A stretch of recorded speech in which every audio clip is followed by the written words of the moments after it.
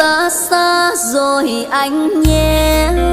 Đường anh cứ vui, đừng về bên gác trọ để mặc tôi với đời. Tôi đi thật xa, quên hết chuyện ngày qua. Ở đây dù mưa gió, một mình tôi sẽ đi hoa. Tôi đi tìm quên